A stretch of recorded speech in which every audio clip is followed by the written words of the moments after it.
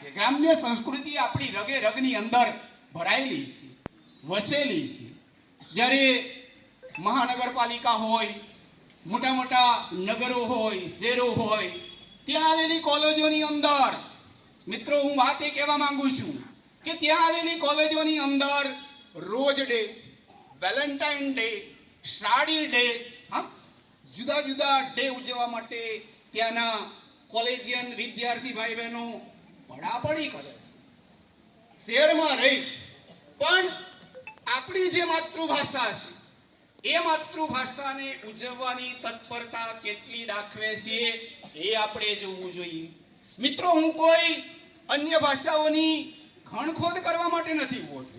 આપણે સૌ જાણીએ છીએ મિત્રો કે આપણું ભારત દેશ, એ ભારત દેશનો વિકાસ થાય, રાષ્ટ્ર નિર્માણ થાય, એનું ઉત્થાન થાય, એટલા માટે આપણે આવા જુદા જુદા કાર્યક્રમોનું આયોજન કરીએ છીએ.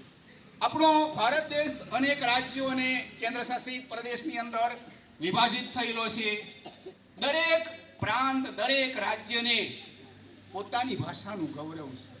ગુજરાતી, હિન્દી, મરાઠી, બંગાળી, પંજાબી, સિંધી, લહંદા, મારવાડી, જયપુરી, ભોજપુરી, કાશ્મીરી, આસામની અસમિયા, કર્ણાટકની કન્નડ, તામિલનાડુની તેલુગુ, ઘણી બધી ભાષાઓ છે.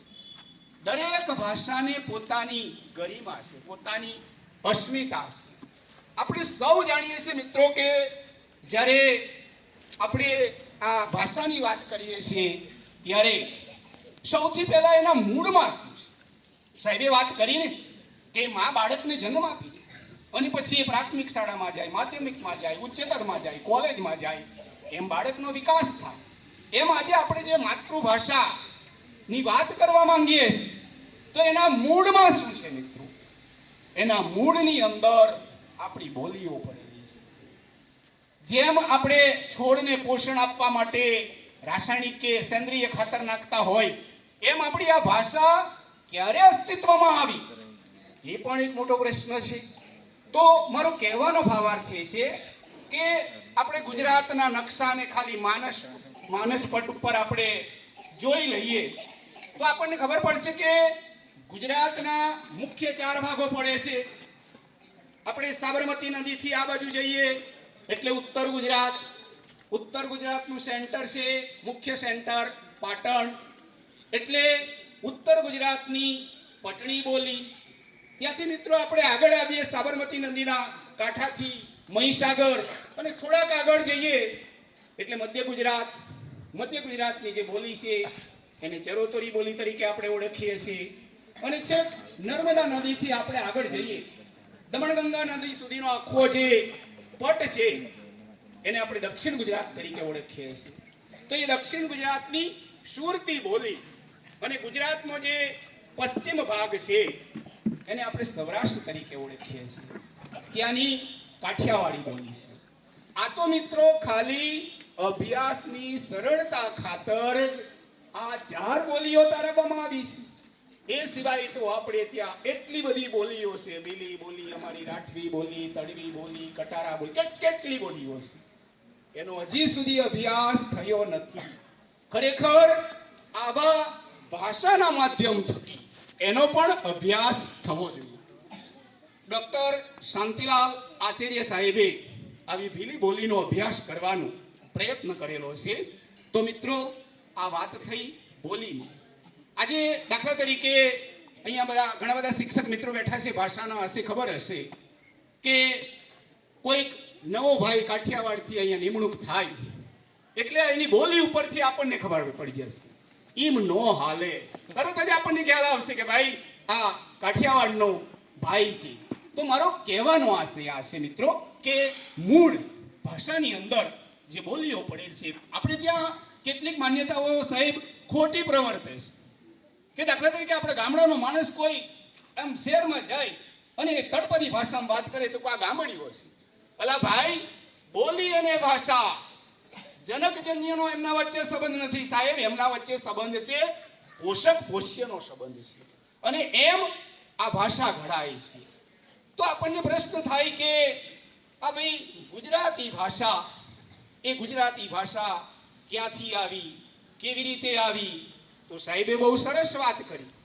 સંસ્કૃતને નાની તરીકે, અંગ્રેજીને મામી તરીકે અને અન્ય ભાષાઓને માસી તરીકે એમણે એમની જે કલ્પના વ્યક્ત કરી, વાત તદ્દન સાચી છે મિત્રો.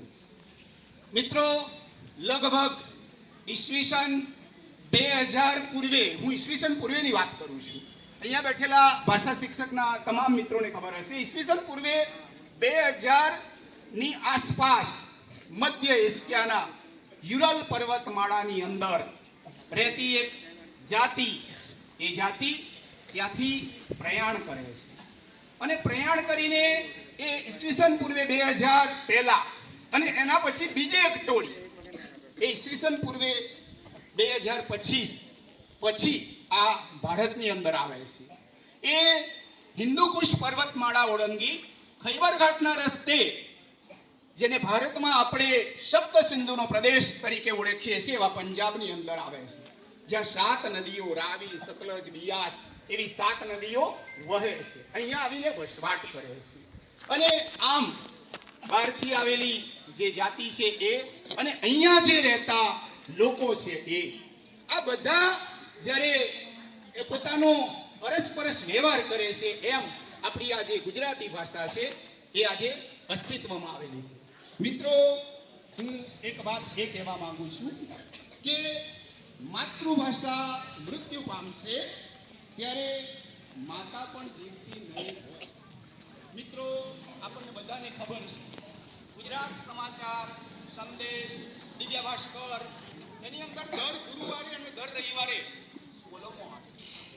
મારે બોલવાનું હતું તો મેં ગઈકાલે છાપું વાંચ્યું હતું, તો એની અંદર મને સાહેબ આ બોલવાનો મુદ્દો મળ્યો. એમાં ડોક્ટર કુમારપાળ દેસાઈ ઈટ અને ઇમારત આવી કોલમ લખે છે. આપણા ગુણવંત શાહ વિચારોના વૃંદાવનમાં, અશોક દવે બુધવારની બપોરે, પ્રિયદર્શી એટલે કે મધુસૂદન પારેખ, હું સાણી અને સકરાબાઈ. મિત્રો, આવી જુદી જુદી કોલમો આવે છે. હું યુવા વર્ગના વિદ્યાર્થીઓને, મારી કોલેજના વિદ્યાર્થીઓને કહેતો હોઉં કે તમે બેટા આવું વાંચો તો આપણને કંઈક જીવનમાં કામ લાગશે. તો કુમારપાળ દેસાઈ ગઈકાલના ગુજરાત સમાચારની અંદર એમણે એક આર્ટિકલ આપ્યું, એમની કોલમ આપી કે માતૃભાષા મૃત્યુ પામશે ત્યારે માતા પણ જીવતી નહીં હોય. એ આખો લેખ મારે વાંચવો નથી મિત્રો, એનો સાર સંક્ષેપ હું આપને કહેવા માંગુ છું. તો તમે જુઓ કે મિત્રો, આપણે ત્યાં 196 કરતાં વધારે દેશો છે. 196 કરતાં જે વધારે દેશો છે એમાં મિત્રો 40 દેશો એવા છે કે 40 દેશો આજે પણ પોતાની માતૃભાષાની ગરિમા, એની અસ્મિતા, એનો વિકાસ ટકાવી રાખવા માટે ઝઝૂમે છે. હું તમને એક સામાન્ય વાત કરું કે નોર્વે નામનો દેશ, એની અંદર એની વસ્તી કેટલી છે? 2023ના આંકડા બતાવે છે માત્ર 54,000 વસ્તી છે. એના પછી ઇઝરાયલ, તો ઇઝરાયલની કુલ વસ્તી 2023ના અનુસંધાને 94,000 છે. એના પછી સ્વીડન, તો જે સ્વીડન છે એની વસ્તી છે 1,65,00,000. મેં નાના દેશોની વાત કરું છું, આપણે તો ક્યાં છે આપણને સૌને ખબર છે.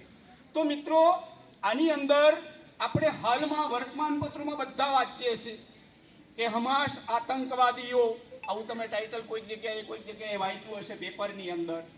તો મારે કહેવું છે એ કે આ ઇઝરાયલ નામનો દેશ છે, એ ઇઝરાયલ નામનો દેશ આરબ દેશોથી વીંટળાયેલો છે, જકડાયેલો છે.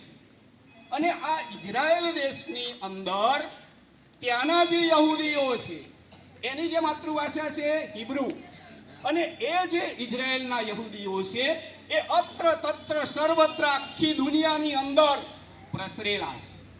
પણ એમને એમની માતૃભાષાનું અહોભાગ્ય છે, એટલું એમને ગૌરવ છે કે આજે પણ એ હમાસ આતંકવાદીઓને ઘોર પરાજય આ યહૂદીઓ આપે છે, ઇઝરાયલ વાળા આપે છે.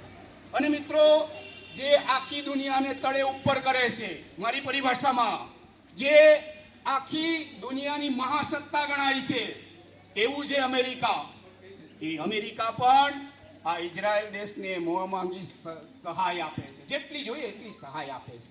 આ હું નથી કહેતો મિત્રો, પેપરના આંકડા બોલે છે. તો મિત્રો મારું કહેવાનો મતલબ આ છે. હવે આપણે માતૃભાષામાં થોડાક આગળ આવીએ તો મિત્રો આપણે જાણીએ છીએ સાહેબે બહુ સરસ વાત કરી કે ભાઈ ઘડતર તો એનું માતૃભાષામાં જ થવું જોઈએ. આજે મિત્રો કોઈ વાલીઓ ખોટું ન લગાડતા હોય પણ ખરેખર આજે અવળી ગંગા વહે છે. આપણે બધા દેખાદેખીની અંદર આપણા પોતાના બાળકોને આપણે માતૃભાષામાં નથી ભણાવતા. આપણે ઇંગ્લિશ મીડિયમની અંદર એને ભણાવવાનો પ્રયત્ન કરીએ છીએ અને મિત્રો પછી એના પરિણામો આપણે ભોગવવા પડે છે. કારણ કે મારે ન કહેવું જોઈએ છતાં કહીએ કે આજની યંગ જનરેશન એ ફેશન વ્યસન અને મા બાપ ટેન્શનમાં રહે છે. આ સત્ય વસ્તુ છે. એટલે આપણે મારી વાત એ કરવી છે કે માત્ર ભાષાનું સંવર્ધન કરવાથી નહીં ચાલે. આપણે આપણા સંસ્કારોનું પણ સંવર્ધન કરવું પડશે, એનું જતન કરવું પડશે, એની અસ્મિતા જાળવવી પડશે. મિત્રો આલ્બર્ટ આઇન્સ્ટાઈન આપણે સૌ નામ સાંભળેલું છે. તમે વિચાર કરો કે આલ્બર્ટ આઇન્સ્ટાઈન અને આ જગતને સાપેક્ષતાનો સિદ્ધાંત આપેલો છે. મિત્રો એ આઇન્સ્ટાઈન સાપેક્ષતાનો જગતને સિદ્ધાંત આપ્યો એ પોતાની માતૃભાષામાં આપેલો છે. પછી એના અનુવાદો એ માતૃભાષા હતી જર્મન ભાષા. હવે આ આઇન્સ્ટાઈન છે એના કાર્યને 2 ડગલા આગળ લઈ જનાર જયંત નાર્લિકર એ એમ કહે છે કે માતૃભાષામાં સાહિત્ય એટલું જ નહીં, ગણિત, વિજ્ઞાન, તત્વજ્ઞાન, ભૂગોળ તમામ ભાષાઓને તમે માતૃભાષાની અંદર ભણાવો. આગળ મિત્રો હું એક ઉદાહરણ આપીશ કે વિનોબા ભાવે, આપ સૌ એ નામથી પરિચિત છો. તો વિનોબા ભાવે 15 જેટલી ભાષાઓ જાણે છે. આ વિનોબા ભાવે એમ કહ્યું કે મારી માતા એ મારે પ્રાથમિક માતૃભાષાનો શિક્ષણનો પાયો મારી માતાએ નાખ્યો એટલે મેં વિનોબા ભાવે બન્યું. મિત્રો ખલીલ જિબ્રાની પણ એમ કહે છે કે મને મારી માતાએ માતૃભાષાનું શિક્ષણ આપ્યું માટે મેં આટલો મોટો સાહિત્યકાર બન્યો. મિત્રો સરદારભાઈ વલ્લભભાઈ પટેલ હોય, ગાંધીજી હોય યા બાબા સાહેબ આંબેડકર હોય. બાબા સાહેબ આંબેડકરની વાત કરું તો 9 ભાષાની અંદર પીએચડીની ડિગ્રી હોય છે. એમણે 13 જેટલી ભાષાઓ જાણે છે. મિત્રો હું કોઈ વિવાદની વાત નથી કરતો. હું કહેવા એ માંગુ છું કે આજે આપણે ભારતની અંદર RBI ની જે સ્થાપના થઈ છે ને એ સ્થાપના બાબા સાહેબ આંબેડકરનો પીએચડીનો ગ્રંથ છે એના ઉપર થઈ છે. તો મિત્રો આ આપણી માતૃભાષા છે. એ માતૃભાષા ખરેખર કેટલી બધી વિકસિત છે. મિત્રો હું વાત એ કરવા માંગુ છું કે આજે આખા વિશ્વભરની અંદર ગુજરાતીઓ અત્ર તત્ર છવાયેલા છે, પણ એનું જતન કેટલું થાય છે, એનું સંવર્ધન કેટલું થાય છે એ ખૂબ મોટો પ્રશ્ન છે. મારી પાછળ પણ વક્તાઓ બોલનાર છે એટલે મારે જ બધો સમય લઈ લેવો એવું નથી. પણ મિત્રો હું તમને મારી વાતને સંક્ષેપમાં મૂકી આપું કે તમે જાઓ તો આપણને પ્રાચીન કાળ, મધ્યકાળ, અર્વાચીન કાળ ઘણા બધા કાળ મળે છે સાહિત્યના. આપણે માત્ર નર્મદને લઈએ કે 1833માં સુરતમાં જન્મેલો આ નર્મદ એ જ્યારે મોટો થાય અને મિત્રો આ વાસ્તવિકતા છે. નર્મદને આપણે સમાજ સુધારક તરીકે કહીએ છીએ અને જ્યારે આપણે કોઈ સુધારણા કરવા માટે જઈએ છીએ તો પહેલી આંગળી આપણા બાજુ થાય કે પોતે ગોળ ખાતો બંધ થા અને બીજાને ગોળ ખાવાની વાત પછી કરજો. નર્મદ ને એને સમાજ સુધારાની અંદર વિધવા વિવાહને માન્યતા આપવાની વાત કરી તો નર્મદ બાજુ આંગળી ચીંધાઈ અને તમે પોતે વિધવા વિવાહ સાથે લગ્ન કરો અને નર્મદ એક વિધવા બેન સાથે લગ્ન કર્યું. મિત્રો મારો કહેવાનો આશય આ છે કે આ નર્મદ જ્યાં આપણે જોઈએ છે ત્યાં પ્રાથમિક શાળામાંથી માંડીને મહાશાળાની અંદર એની મોટી છબી હશે. તો આવો જે નર્મદ છે એ નર્મદ જીવનની અંદર અનેક કઠિનાઈઓ, અનેક દુઃખો વેઠીને પણ એણે પૂરા 24 વર્ષ ગુજરાતી ભાષાની સેવા કરી છે. તાપી, દક્ષિણ તટ, સુરત, મુજ ઘાયલ ભૂમિ, મને ઘણું અભિમાન, ભોંય તારી મેં ઝૂમી, સહુ ચલો જીતવા જંગ, બીગલો વાગે, યાહોમ કરીને પડો ફતેહ છે આગે. આપણો આદ્ય કવિ છે, અર્વાચીન કાળનો સુધારક યુગનો. પંડિત યુગમાં આવો મિત્રો આપણને ઢગલાબંધ આપણા કવિઓ મળે છે. હા, જ્યાં જ્યાં નજર મારી ઠરી ત્યાં ત્યાં યાદી ભરી આપની, આંસુ મહીએ આંખથી યાદી જરી આપની, જ્યાં જ્યાં ચમન જ્યાં જ્યાં ગુલો ત્યાં નિશાની આપની. કવિ કલાપ. ધૂતી જે તને જીવાડતી, ધૂતી જે તને સંહારતી, જે પોષતું તે મારતું, એવો દિશે ક્રમ કુદરતી. મિત્રો, છેલ્લે હું એટલી જ વાત કરીશ કે ખરેખર આપણે સૌએ સહિયારો પ્રયાસ કરવો જોઈએ. મારી વાતને બિલકુલ સંક્ષેપમાં વળી લઉં કે સુંદરમનું સાગર અને સાગરને તીરે ટીટોળી, આ જે કાવ્ય છે, સાગરના કિનારે ટીટોળીએ ઈંડા મૂક્યા, સાગરે એ ઈંડાને ગળી ગયો, ટીટોળીએ વિનંતી કરી કે મારા ઈંડા મને પાછા આપો. સાગરે ના પાડી. એટલે ટીટોળીએ ધમકી આપી કે હું મારી ચાંચથી આ રેતીથી તને પૂરી દઈશ. દરિયો તો અગાધ હતો કે કશો વાંધો નહીં. ટીટોળીએ શરૂ કર્યું. આ ટીટોળી ચાંચમાં રેતી લે અને દરિયાને પૂરે ને બાજુમાં ચકલી એ જોયું. એટલે ચકલી કહ્યું કે આ કામ અઘરું છે, તમારાથી નહીં થાય. ટીટોળીએ એક વાત કરી, આપવો હોય તો સહકાર આપો, સલાહ નહીં. ચકલી લાગી, કાબર લાગી, બધા આમ પક્ષીઓ સાગરને પૂરવા લાગ્યા. એમાં વિષ્ણુ ભગવાનનું વાહન ગરુડ, એણે જોયું તો એ ગરુડ તો એમનો આગેવાન છે, એટલે આવીને પક્ષી જગતને વાત કરી કે આ કામ અઘરું છે, તમારાથી નહીં થાય. ત્યારે પેલી ટીટોળીએ બોલ્યું કે એમ કીધું કે આપવો હોય તો સહકાર આપો, સલાહની જરૂર નથી. એમ મિત્રો, ગુજરાત રાજ્ય સરકારે જે આ ભગીરથ કાર્ય ઉપાડ્યું છે, ખરેખર સરકારે બહુ ઉમદા કાર્ય ઉપાડ્યું છે કે આપણી માતૃભાષાનું સંરક્ષણ કરવાનું. તો એ આપણા સૌના સહિયારા પુરુષથી થશે.